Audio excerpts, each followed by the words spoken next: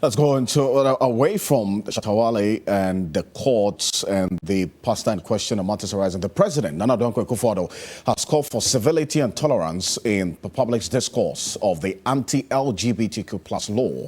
The president, who granted a media interview on the first day of his 3-day tour of the Greater Accra region, also took the advantage to address several other issues. I'm going to run through the highlights of some of the issues that the president talked about earlier today during that particular interview on an Accra-based radio station. Take a look at this. So the president talked about a number of issues, including the matters of the LGBTQ plus bill and the fact that we are talking about tolerance. He says that when this particular bill comes into Parliament, Parliament should be civil and tolerant about the debate on the bill. Also, he talked about the flag bearership race.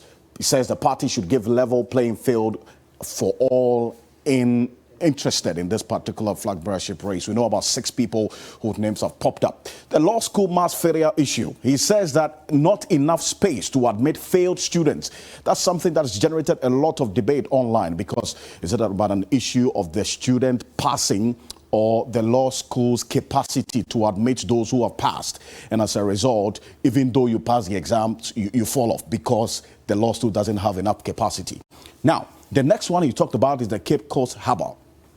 He admits that he actually made a mistake because he recalled 2 days ago, we pointed it to you clearly in the NPP 2020 manifesto that it is captured there, page 160, that the party promised the people of Cape Coast a harbour. He admits that he got it wrong, and there's been mixed reactions to this particular apology by the president. Also, he talked about the E-blocks, sarcastically asking the AFLAO chief to complete the schools by himself. And this is something that has also generated a lot of reactions on social media. AFLAO is actually trending as we speak as a result of this particular response by the president. Many who've taken issue about the political communications and implications of a statement like this, especially because of the role of chiefs. Agenda 111, public criticism is good for democracy. That's according to the president as well. And talking about his legacy, he says that he wants to be remembered as someone who brought change into this country. On the Commander Sugar Factory, he reiterated that the factory will start operations as expected soon. This $35 million Commander Sugar Factory has been a subject of political debate and questions over the period. Last week, Portia, he was in Cape Coast. He talked about it starting in March. Today, on a radio station here in Accra, the timeline for start changed to February. And timelines are important when it comes to political promises. And you did talk about the E-block project. Yesterday, we had the reaction from the Paramount Chief of AFLAO, and President Akufo-Addo has reacted to this, and he has hit back at the Paramount Chief of AFLAO, Todmi Fiti, over the controversial E-block project, which his government is accused of abandoning. Todmi Fiti questioned if he should beg for education when he complained about an unopened E-block school in his traditional area. That big hall called Parliament, without thinking of AFLAO, a place after the Tema Harbour, the next revenue generation is from AFLAO border. And I have to push the former President Mahama for that structure to be constructed over there.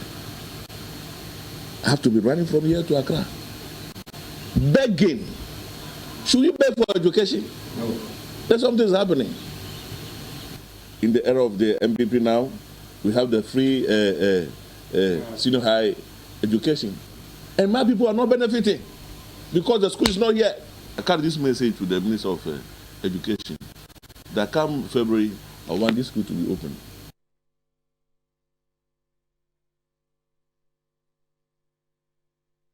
Let's stay on this quickly, especially because of the reactions that this particular response. In fact, you just heard the AFLAO chief earlier raising concerns about this E-block. The Member of Parliament for North Tongue is joining me on the telephone. He is also a former Deputy Education Minister, so Samuel Blackwell. So Blackwell, thank you for your time. Good evening to you. You heard the President respond to the AFLAO chief's plea to have the E-blocks that was actually built by the with the taxpayers' money opened to serve the people there. He says that the chief can complete it, I mean, if he so wishes.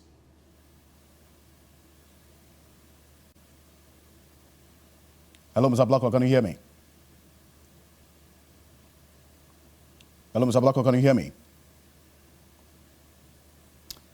Unfortunately, we seem to have lost Samuel Okuja to Black on the telephone, but we'll try to raise him back to get a quick reaction to this particular response by the president to the AFLAO chief, some of which indeed lots of you have been talking about, and in fact contextualizing that particular response by the president to the AFLAO chief on the issue of the abandoned E-block in the area, and the fact that it is not benefiting the people in the area because it's not being opened for use. Samuel Okuja Blackwell joins me back on the telephone. Mr. Blackwell, good evening to you if you can hear me.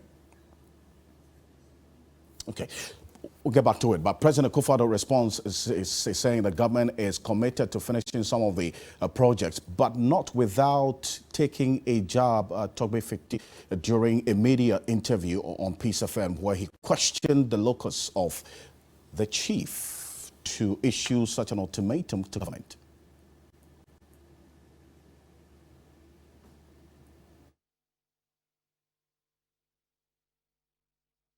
And we'll get back to it very shortly, but President Akufo is saying that he made a mistake in his comments on the Cape Coast Harbour promise. As indicated earlier, the president this week made a comment on which he contradicts what the vice president, Dr. Mahmoud Bawumia, outlined in his address at the NPP manifesto launch in August last year in Cape Coast.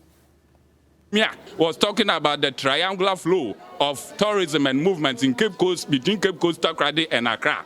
What has become to that? Is it still not relevant today? So we are still asking the president, the apology, is it to suggest that he is bringing the airport to Cape Coast, he is bringing the harbour to Cape Coast because Cape Coasters are waiting for those projects?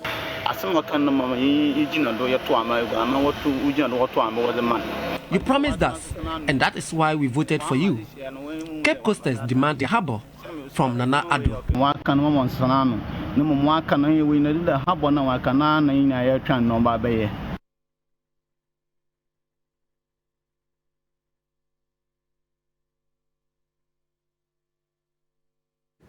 In more news tonight, a court of appeal has ruled in favor of the National Communications Authority to uphold the current FM coverage reclassification policy to limit FM operators to 45-kilometer radius. The case brought by Multimedia and Bell Communications had challenged the regulator's decision to reduce the coverage radii of all operators from 100 kilometers to 45 kilometers for urban commercial stations.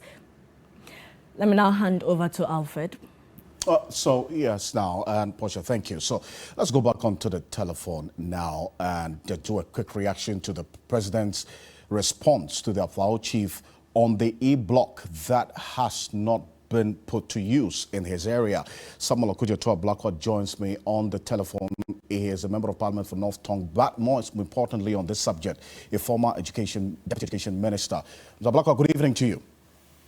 Hi, good evening. Thank you for your time this evening. So this is what the president is saying, that, look, if the chief is minded, then he can complete this for himself and put it up for use. I found out your reaction to the president's response to the plea by the AFLAO chief and the ultimatum that was given.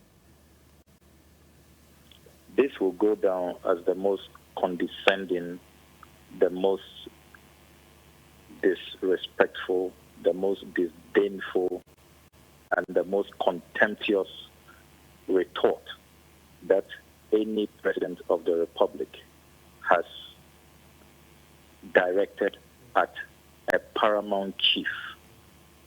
Togbe Fiti the Fifth is a very revered and venerable chief and stood for more than 20 years, has served his people and this country very well.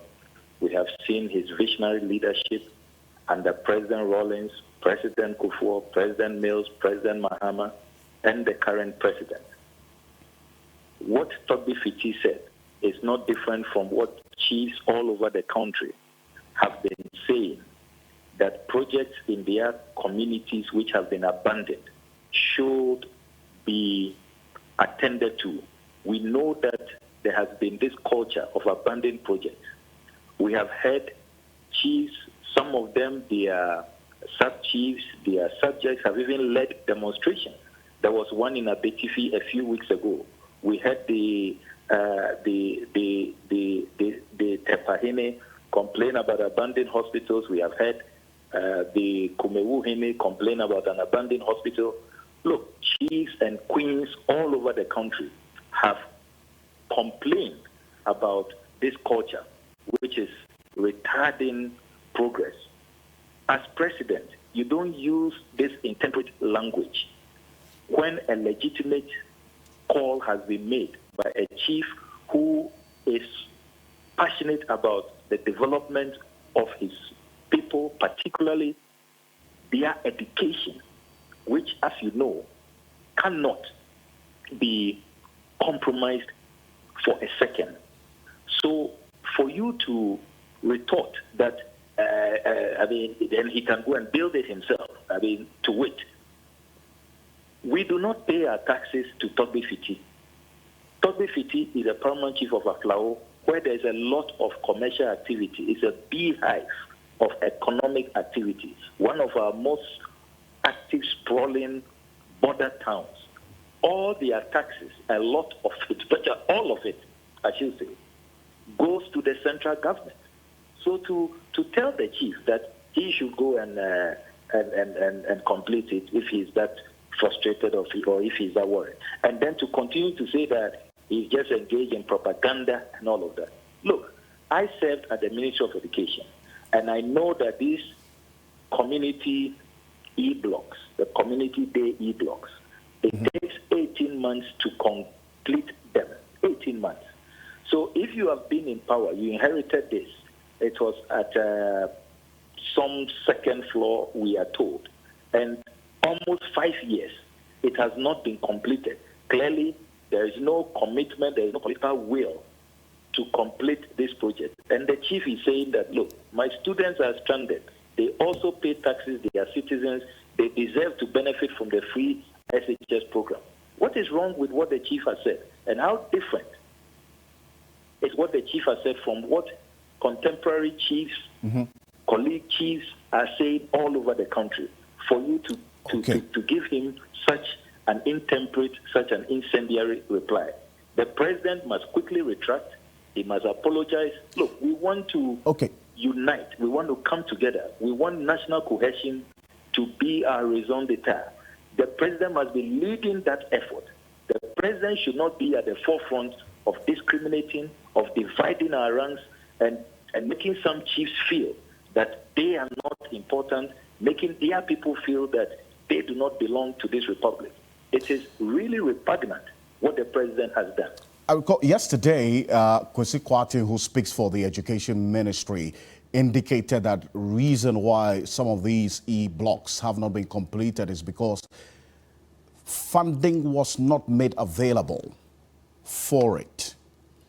This is a ministry, as you indicated, you've served there before, and I'm sure that this particular project is something that you weighed in heavily on as well. Is it the case that adequate funding was not made available for it, and so now government would have to look for funding to complete them with their timing?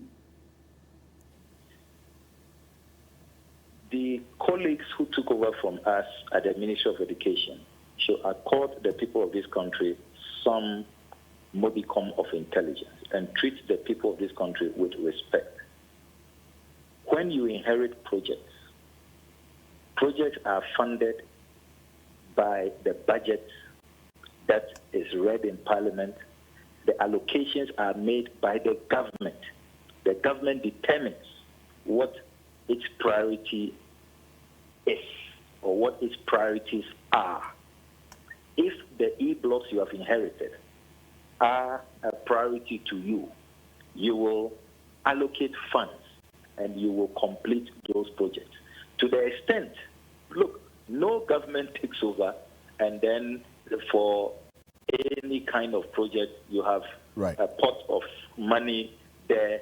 You will have to allocate the resources. The government, the cabinet, the Ministry of Finance, they have their flagship projects, they have their priority projects. And you decide how to fund those projects. So you cannot claim that you do not have funding for these projects. These are projects that have been awarded on contract. The contractors raise their certificates at various levels, and the certificates are honored, and they go back to site and continue the projects. Well said. If you come to power and you abandon them, meanwhile we see you undertaking other projects, what it simply means, what you are telling everybody, which is the fact, is that because you inherited these projects, it is not a priority to you. You do not want to. And you see, every now and then you hear different explanations. The last time they said that the siting of the projects were wrong, they were far away from communities, they were in the bushes. Well, these have been the reactions over the period. Some of them said that they rather should have been, they should have been clinics and not schools. I mean, even the numbers, in the end, the former Minister of Education in March told this country, March 2017, told the whole world that they inherited 46. Today, the current minister has issued a statement saying that they inherited only 29 completed. Even data from the same ministry cannot be credible, cannot be relied upon. Look, so, Mr. Black, while we round up, yes, just for the sake of time, but the point that's made and the reactions to what the president talked about earlier and what the education minister has been speaking about in reaction to this particular e-blocks that have not been completed is something we're going to stay on, because my colleague Komla Kluche is with the Education Committee minority members of Parliament going round to put some light on these issues across the country.